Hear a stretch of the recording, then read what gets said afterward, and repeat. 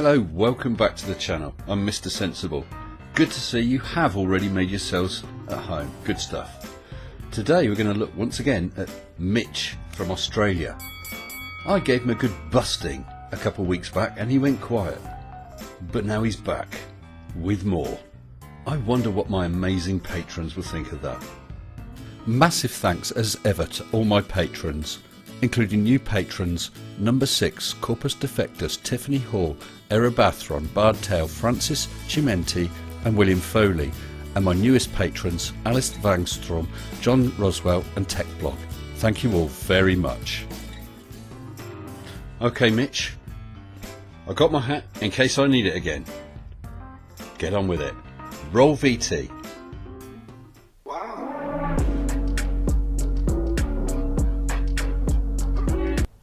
We've all seen the evidence for curvature, usually a ship disappearing bottom up, or objects being cut off from the bottom, and sometimes power lines dropping down over the assumed curve. But globe believers will tell you this can only be due to the Earth curve. This can only be due to the Earth curve. And when they are presented with images of objects visible from further than their reified model predicts, they claim refraction or looming, and that the object is actually a hologram. Well, first of all, let's clear one thing up. We never ever say it's a hologram. That is something entirely different. And yes, just like a drinking straw in a glass gets bent by the water with refraction, so images of things like the sun, buildings, mountains can be distorted by refraction. There's nothing new here. For instance, we've all seen images of the Chicago skyline where you shouldn't be able to see it, but you can, but only with the right weather conditions. If you could see it all the time, then perhaps you could come up with some sort of argument as to why this is. But why is it you can only see it some of the time? Because sometimes the atmosphere is just right for refraction. Now, flat earthers have given us a much better understanding of why we see these phenomena. No, flat earthers have come up with no evidence. They've waved their hands, said woo, and pulled something out of their butt. And the interesting thing is, different flat earthers come up with different explanations. And the reason they can do that is that they're not based on evidence. From tidal surges and mirages to shoaling, atmospheric blockage, and of course, angular resolution, which are all demonstrably valid. This is almost a hat situation, Mitch. You said you wanted me to do a video about your coin on the table. I said I would, if you would do a video explaining how the tops of mountains are lit, first at dawn and last at dusk. Do that and I'll do a debunk video on your coin. Moving on. But for all of these images to be validated due to curvature, we first need to ask a very critical question. How can people be so dumb as to believe in the flat earth?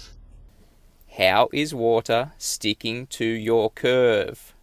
Oh, that question. Gravity. Gravity, of course, the ballers say. Yep, and I just said that. Mass of the water is attracted to the mass of the Earth.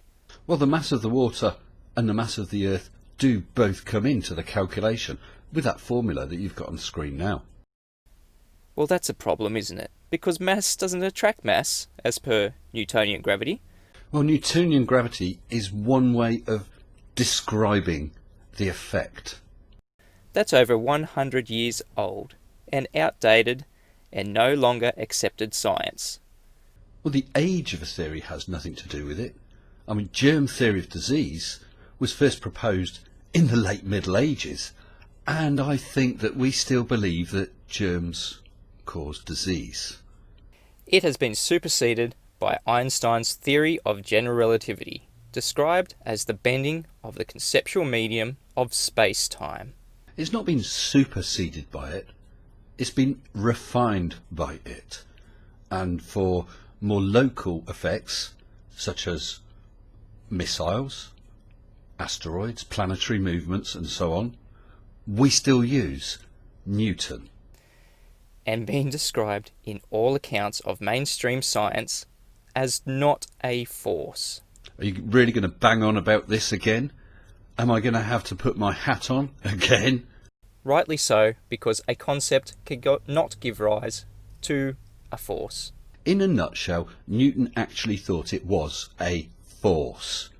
Whereas with Einstein, he came up with the theory of general relativity and managed to describe it using a different mechanism.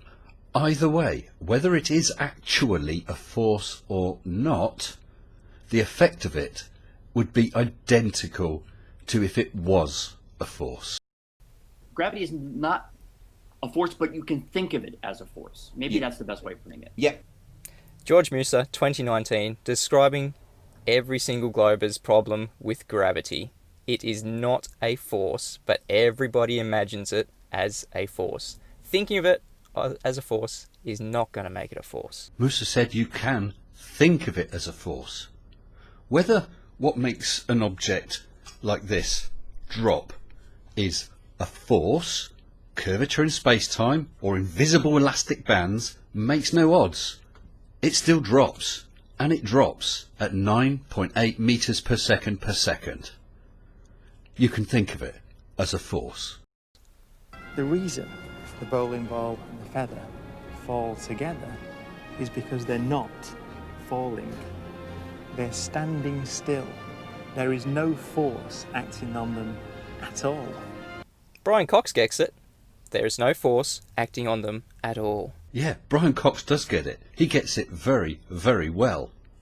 Unfortunately, you don't. I found a fantastic little video, and I've taken some snippets of it that will explain this to you. Whether you'll understand it or not is another question. I call it the space-time stretcher. It's basically a graph for charting the up or down motion of an object over time. Now pretend for a minute that there's no gravity. If we let go of an object, it would just float there. Time would pass, but it wouldn't go up and it wouldn't go down. On our graph, it would follow a flat line along the time axis only. We can represent that line with a strip of colored tape. This is what happens as time passes. The apple stands still. Add some gravity and see what happens. Gravity is like a bending of this graph of space and time. And we can make that happen by turning this handle. The more we turn it, the more our space-time graph gets warped, corresponding to stronger gravity.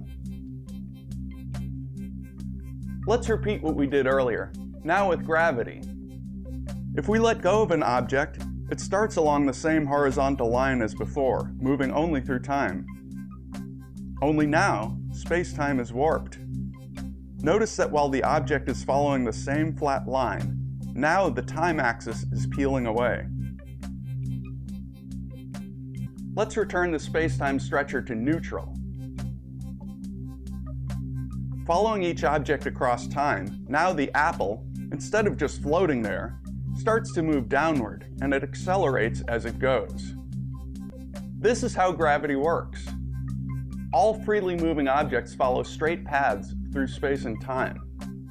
But if space-time is warped, as it is where there's gravity, then those paths appear to change. Let go of an object, and even though it's passing only through time at first, the warping will cause it to begin moving downward through space as well, completely on its own. And an object tossed upward will slow down, stop, change direction, and return to where it came from. The reason the bowling ball and the feather fall together is because they're not falling. They're standing still. There is no force acting on them at all. Yep, me old mate Brian Cox does get it. There is no force acting on that bowling ball or feather or apple. It's space-time that's bent, that gives the effect of those objects falling. Oh no. You're getting those flipping definitions out again. We'll play them again at high speed. From the University of Caltech, Einstein came up with the theory of general relativity 1915. The prototype of all modern gravitational theories. Its crucial ingredient involving a colossal intellectual jump is the concept of gravitation, not as a force, but as a manifestation of the curvature of space-time. From Universe Today, in general relativity, gravity is not a force. From Wikipedia, gravity is not a force. From the physics hyper textbook, gravity is not a force. From physics.org, according to this theory, gravity is not a force. Gravity is not a... Well, if you want to play the definitions game, let me have a try. Google, what is a car? A road vehicle, typically with 4 wheels, powered by an internal combustion engine and able to carry a small number of people. Cambridge Dictionary, car, a road vehicle with an engine, 4 wheels and seats a small number of people. freedictionary.com, car, also called motor car or automobile, a self-propelled road vehicle designed to carry passengers, especially one with 4 wheels that is powered by an internal combustion engine. So what's this? This Tesla. It's a road-going vehicle, it seats a small number of people, but it hasn't got an engine. It's got an electric motor.